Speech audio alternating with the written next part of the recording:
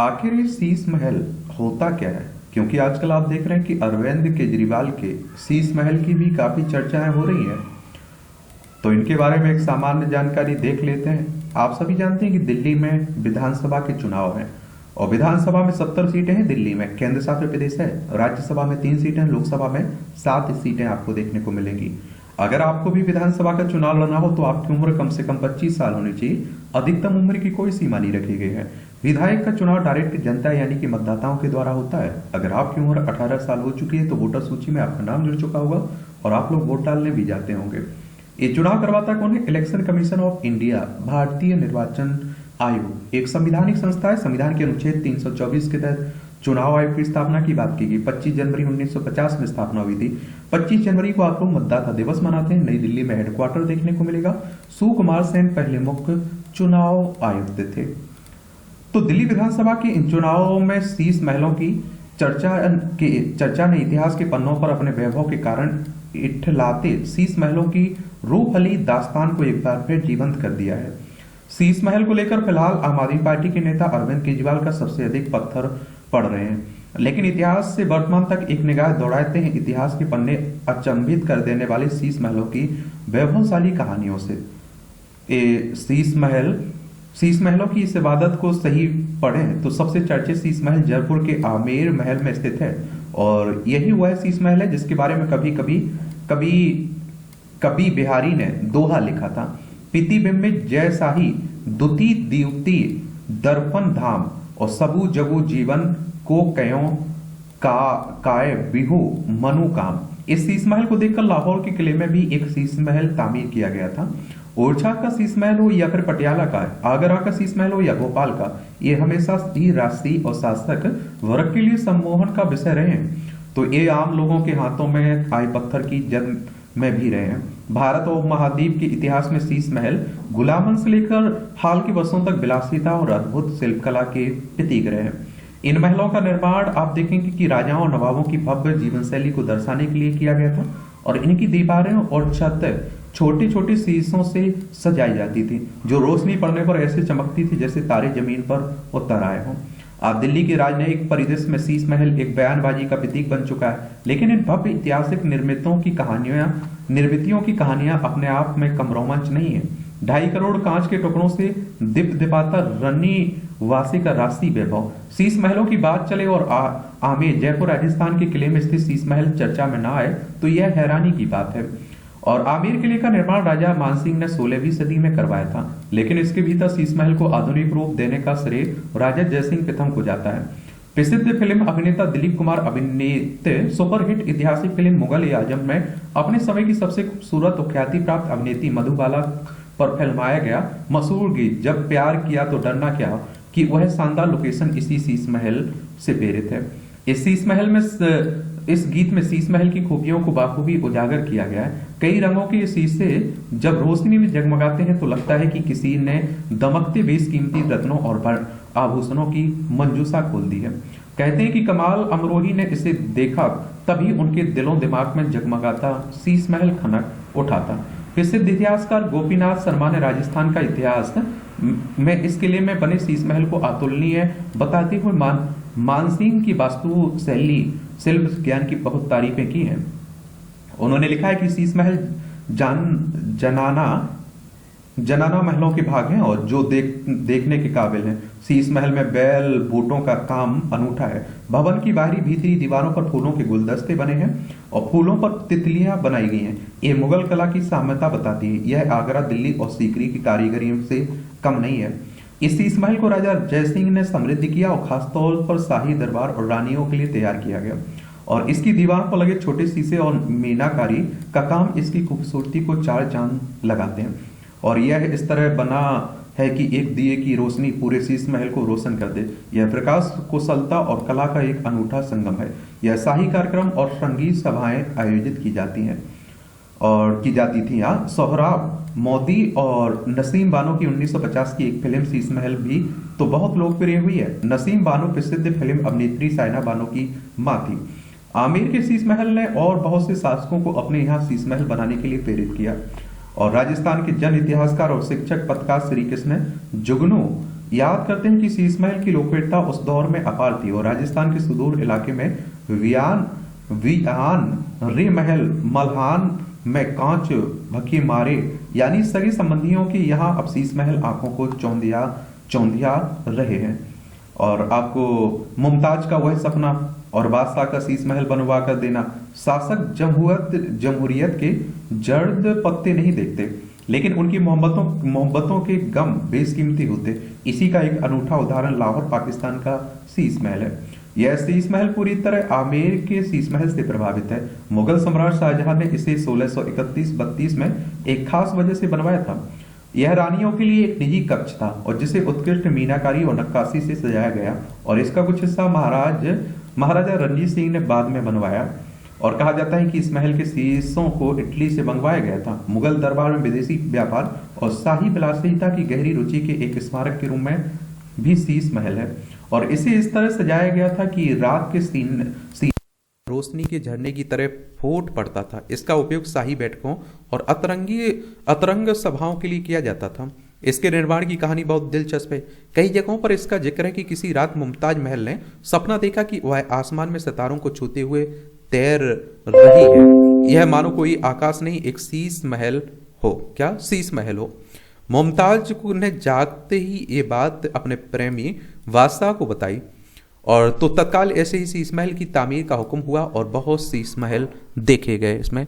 हालांकि बादशाह ने शीश महल को बनवा दिया, लेकिन मुमताज महल इसके पूरे होने से पहले ही इस दुनिया से रुखसत हो गई और बाद के कई मुगलों सम्राटों ने इसे लाहौर के किले की शाही हरम के रूप में इस्तेमाल किया। इस शीश महल के पीछे कक्ष में संगमरमर का एक पर्दा और जिस पर टेंडिल पुष्प और ज्यामितीय पैटर्न में अतुलनीय नक्काशी की गई। History of conservation of Sheesh Mahal इन लाहौर पाकिस्तान नामक एक रिसर्च रिपोर्ट में तैयार करने वाले स्कॉलर मोहम्मद कामरान एम्बाई अवान और एस गुलजार लिखते हैं कि इसके संरक्षण के समस्त कार्य जनवरी 2021 में पूरे किए गए। यह शीश महल लाहौर किले में सबसे प्रमुख और सुंदर और कीमती महल है। यह किले में उत्तर पश्चिम दिशा में स्थित है। इसकी दीवारों और छतों पर दर्पण के काम व्यापक उपयोग के कारण इसे दर्पणों के महल के रूप में भी जाना जाता है। इसका हॉल शाही परिवार के निजी उपयोग के लिए आरक्षित था और शीश महल 1975 में पाकिस्तान के पुरातत्व विभाग ने इसे पुरावशेष अधिनियम के तहत संरक्षित स्मारक के रूप में सूचीबद्ध कर दिया था।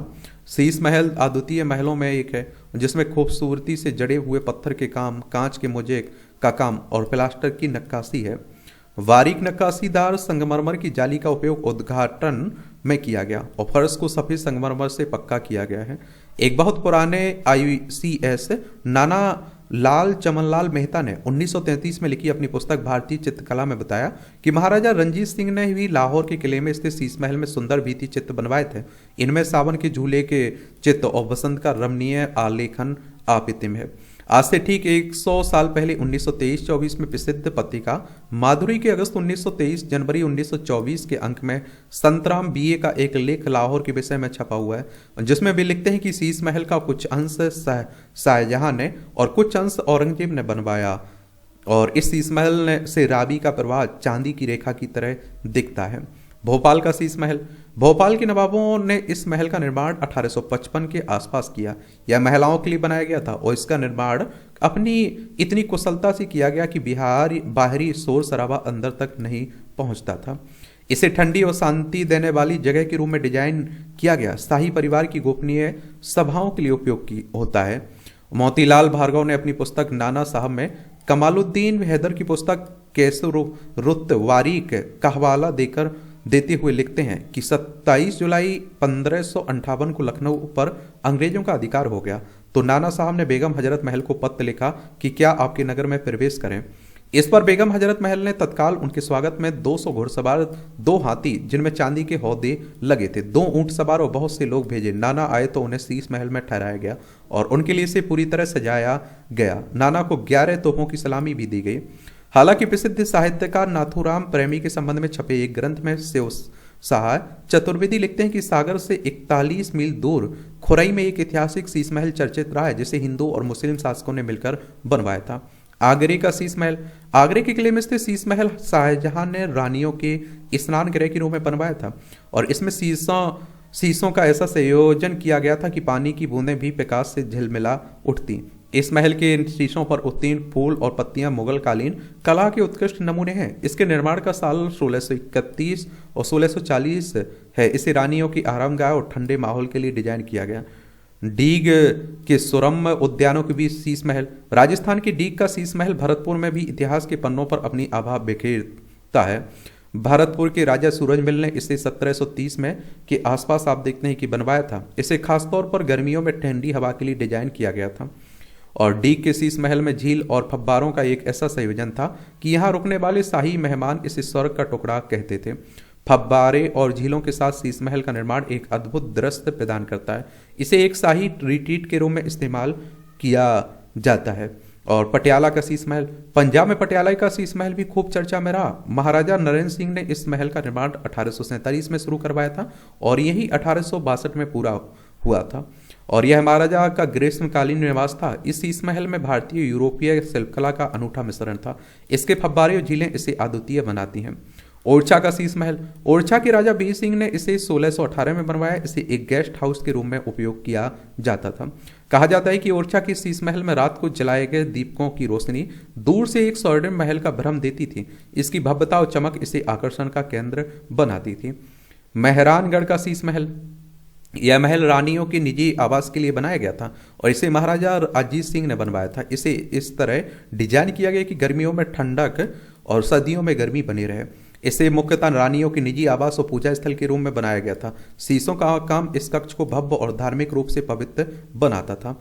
भारतीय चित्रकला के इतिहास में पेज 230 पर डॉक्टर अविनाश बहादुर वर्मा लिखते हैं, राजा भूपत पाल ने 1635 में रावी की दाहिनी तट पर बसोहली नगर की स्थापना की थी और इसके किले में मैदनी पाल ने एक ऐसा शीश महल बनवाया था और जिसमें सुसज्जित नायिका भेद के विषयों पर आधारित भित्ति चित्र भारतीय चित्रकला का वैभव रहे। यह शीश महल उस कालखंड में 7 आश्चर्यलोक में से एक था। साहित्य में शीश महल। लोगों के जीवन में आए अंधकार के चमकीले निर्झर में ऐसे शीश महल की सबसे पुरानी गूंज 1290 में से आती है, जब सुल्तान बलबन के पोते और बुगरा खां के बेटे केकूबाद ने 18 साल की उम्र में सत्ता संभालते ही एक शानदार शीश महल तामीर करवाया था। और सुलोचना चतुर्वेदी, खुसरो, तानसेन तथा अन्य कलाकारों में लिखते हैं कि शीश महल वैभव में डूबे केकूबाद की हत्या इसी शीश महल में खिलजी मलिक ने कर दी थी। शासक अक्सर जनता की चिंताओं की अनदेखी करते रहे और शीश महल उनकी पहली पसंद बना रहा। कांच के महलों की चमक उनके कर्तव्यों पर चढ़ी धुंध को और गहरा कर देती। अभी तक के इतिहास में यही सामने आता है कि भव्य इमारतों की नींव में अक्सर आम लोगों के सपनों की कुर्बानी शामिल होती है, भली है लोकतांत्रिक हो या राजतांत्रिक कालखंड। लेकिन ऐसे शासक भूल जाते हैं कि जनता की आवाजें शीश महलों को चकनाचूर कर सकती हैं। इसलिए राही मासूम रजा मैं एक फेरी वाला में बहुत सही कहते हैं, यादों के उस शीश महल तक कांटों का एक जंगल फैला।